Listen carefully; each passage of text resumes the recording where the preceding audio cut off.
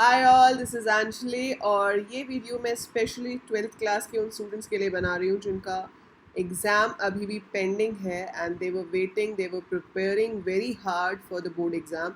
आप लोग अपनी तरफ से पूरी कोशिश कर रहे थे, पूरी मेहनत कर रहे थे कि जुलाई में एग्ज़ाम होगा and you will give your best. But all of a sudden बीच में न्यूज़ आती है कि एग्ज़ाम के अगेंस्ट एक पिटिशन फाइल हुई है एंड देन उसके बाद Supreme Court gives advice to the CBSE कि एग्ज़ाम्स नहीं होने चाहिए। एंड आफ्टर दैट एक ऑल टुगेदर बहुत बड़ी ट्विटर पे और बाकी जगह पर भी हैशटैग आ जाता है cancel board exams and all that stuff is going on. और ऑलमोस्ट ये हो गया था कि एग्ज़ाम्स कैंसिल होंगे, CBSE would declare that. But then when everything was expected कि ऐसा होने वाला है तो सीबीएसई ने फिर से अपना डिसीजन पोस्टपोन कर दिया। I don't know what they have to think about, why are they rethinking. अभी क्या डिसाइड होना रह गया था कि उन्होंने वो डिसीजन 2 दिन के लिए पोस्टपोन कर दिया। सो ऑल देव सेड कि हाँ, बहुत हाई लेवल पर डिस्कशन चल रही है। सो अब सबके दिमाग में बहुत सारे क्वेश्चंस हैं कि डिसीजन डिले क्यों किया गया एंड क्या पॉसिबल ऑप्शंस हो सकते हैं, एग्ज़ाम होगा या नहीं होगा। जहाँ तक 7 जुलाई को आईपी और सीएस का एग्ज़ाम होने की बात है और बाकी भी जो जिन सब्जेक्ट्स की डेट्स डिसाइडेड थी उनका जो एग्ज़ाम होने की बात है वो आई डोंट थिंक कि अब जुलाई में तो होगा। ठीक है, ये वाला एग्ज़ाम जो अभी वाली डेट शीट अनाउंस की गई थी उस डेट शीट पे तो 90% चांसेस हैं कि एग्ज़ाम्स नहीं होंगे। ठीक है, बट आगे जाके फ्यूचर में एग्ज़ाम होगा या नहीं होगा, कैसे होगा, उसके हमारे पास डिफरेंट पॉसिबल ऑप्शंस हैं। What I thought over, I discussed with people in different schools, different teachers and few people who are working in CBSE. So कुछ discussions के बाद मीन्स वही जो हम लोग पहले भी डिस्कस कर चुके हैं, ऑप्शंस घूम फिर के वही हैं हर किसी के पास। बट स्टिल जो ऑप्शंस हैं वो क्या हो सकती हैं, एक कि एग्ज़ाम पोस्टपोन कर दिया जाए। एग्ज़ाम अभी जुलाई से भी पोस्टपोन कर दिया जाए, बट द थिंग इज़ कि पोस्टपोन करने से होगा क्या, यू नेवर नो कि जितने केसेस जुलाई में है शायद अगस्त या सितंबर में उससे और कहीं ज़्यादा केसेस हो। हमें नहीं पता कि कोरोना कैसे ठीक होगा, कैसे इसको स्प्रेड होने से रोकेंगे, क्योंकि जब कंप्लीट लॉकडाउन होने के बावजूद 500 से 5 लाख तक ऑलमोस्ट हम आ गए हैं, अब 4.5 लाख को क्रॉस कर चुके हैं। अगर हम 500 से 5 लाख तक पहुंच गए हैं इनिशियल लॉकडाउन के बाद, तो अब तो कोई लॉकडाउन है ही नहीं, अब तो सब अनलॉक्ड है। तो कहाँ जाएगा वो अगस्त और सितंबर में figure, you can't even imagine.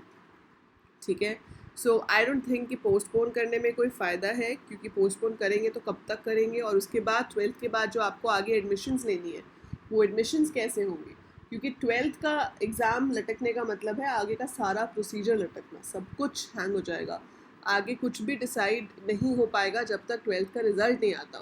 तो अभी 12th का रिज़ल्ट निकालना एक बहुत ज़रूरी चीज़ बन गया है। 12th का रिज़ल्ट आएगा तभी आगे की एडमिशन्स होंगी, चाहे पढ़ाई ऑनलाइन हो, कॉलेजेस ना खुले, बट एडमिशन तो होगी, आपको पता तो चलेगा आप क्या करने वाले हो फ्यूचर में। इसीलिए एग्ज़ाम पोस्टपोन होने के चांसेस काफ़ी कम हैं। आई डोंट थिंक कि दे विल परस्यू दिस। दूसरा ऑप्शन है कि exam to be cancelled with uniform marking scheme. ये फर्स्ट वाला तो मेरे अकॉर्डिंगली रूल्ड आउट है।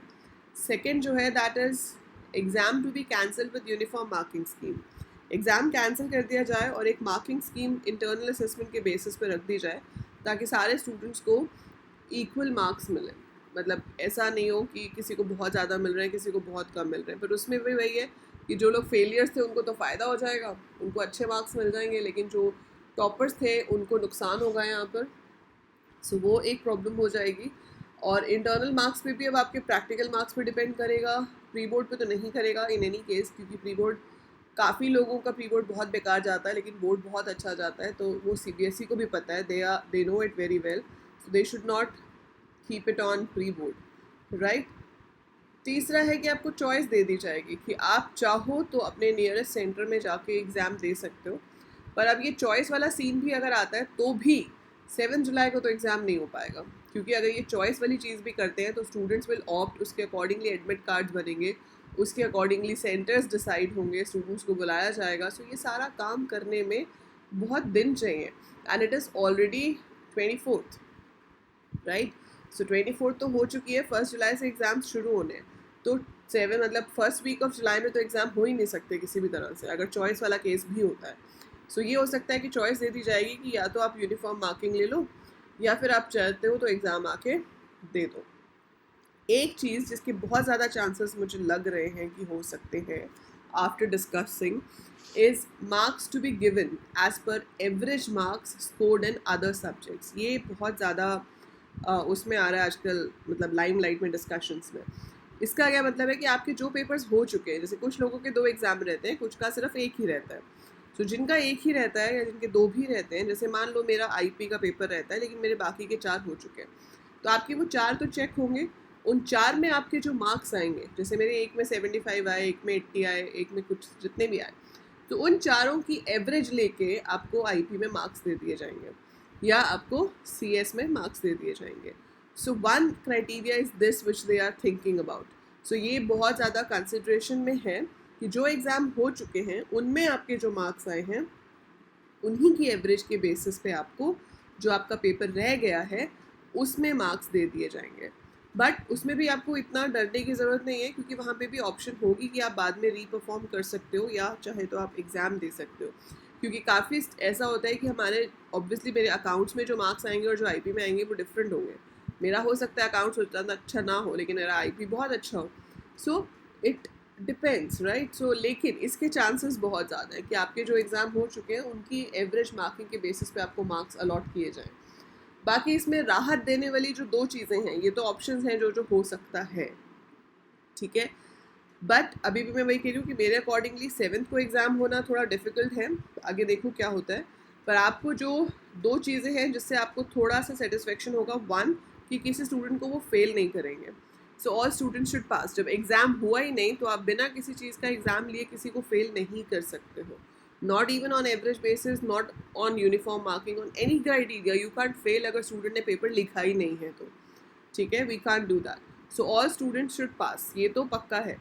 Second is you would be getting a chance to re-perform। या तो आपको अभी ऑप्शन दी जाएगी कि आप या तो पेपर दो या मार्क्स एक्सेप्ट कर लो। दूसरा आपको ये भी हो सकता है कि एग्ज़ाम अभी जो मार्क्स हैं वो आपके लगा दिए जाएंगे, लेकिन आपके पास चांस होगा कि आप सितंबर में या अगस्त एंड में जाके उस एग्ज़ाम को रीपरफॉर्म कर सकते हो। आप अपने एग्ज़ाम दोबारा दे सकते हो। पर उस दोबारा देने का फ़ायदा तभी होगा कि अगर तब तक एडमिशन्स कॉलेजेस में चल रही होंगी। लेकिन अगर आपके पहले वाले मार्क्स के बेसिस पे कॉलेज में एडमिशन हो चुकी है तो फिर वो रीपरफॉर्म का उतना फ़ायदा नहीं रह जाता, क्योंकि कट ऑफ्स के अकॉर्डिंगली एडमिशन्स तो पहले ही हो जाएंगी। सो ये इतना एडवांटेजेस नहीं रहेगा आपके लिए। तो अभी तो सबसे ज़्यादा एडवांटेजेस यही होगा कि कुछ ऐसी स्कीम हो जिससे सबके मार्क्स अच्छे लगाए जाएँ, और उसमें मुझे सबसे ज़्यादा वेटेज इसकी लग रही है। बाकी अब सीबीएसई पैनल इतना ज़्यादा डिस्कशन कर रहा है तो कुछ मोटा ही डिस्कस हो रहा होगा। तो क्या डिस्कस हो रहा है, क्या डिसाइड होगा, उसके लिए अब हम कल तक फिर वेट करते हैं। एंड आई रियली होप कि कल डिसीजन आ जाए, कल के बाद उसे दोबारा से लिंगर ऑन ना किया जाए। So whatever happens should happen for good, that is what I pray for. So जो भी होगा, ना तो आप उसे चेंज कर सकते हो ना मैं चेंज कर सकती हूँ। हम चाहे जितना मर्जी ट्वीट कर लें, चाहे जहाँ मर्जी फेसबुक पे लिखें, यूट्यूब पे लिखें, whatever we do, we can only give our opinion and they have to take our opinion. ऐसा नहीं है, they have to consider our opinion, that's what they are doing. तो उसके बेसिस पे जो फाइनल डिसीजन होगा वो CBSE का होगा। पर सबसे एक इम्पॉर्टेंट बात जो आपको याद रखनी है कि nothing is more important than health.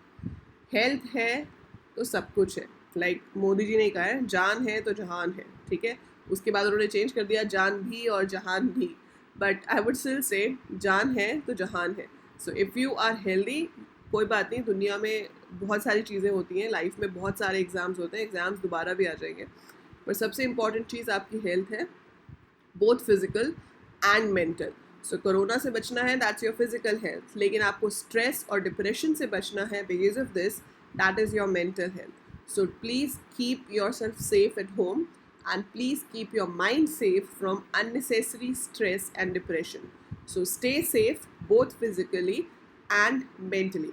जो होगा देखा जाएगा, डरने की या घबराने की ज़रूरत नहीं है, right? All the very best. Let's see कल क्या decision आता है.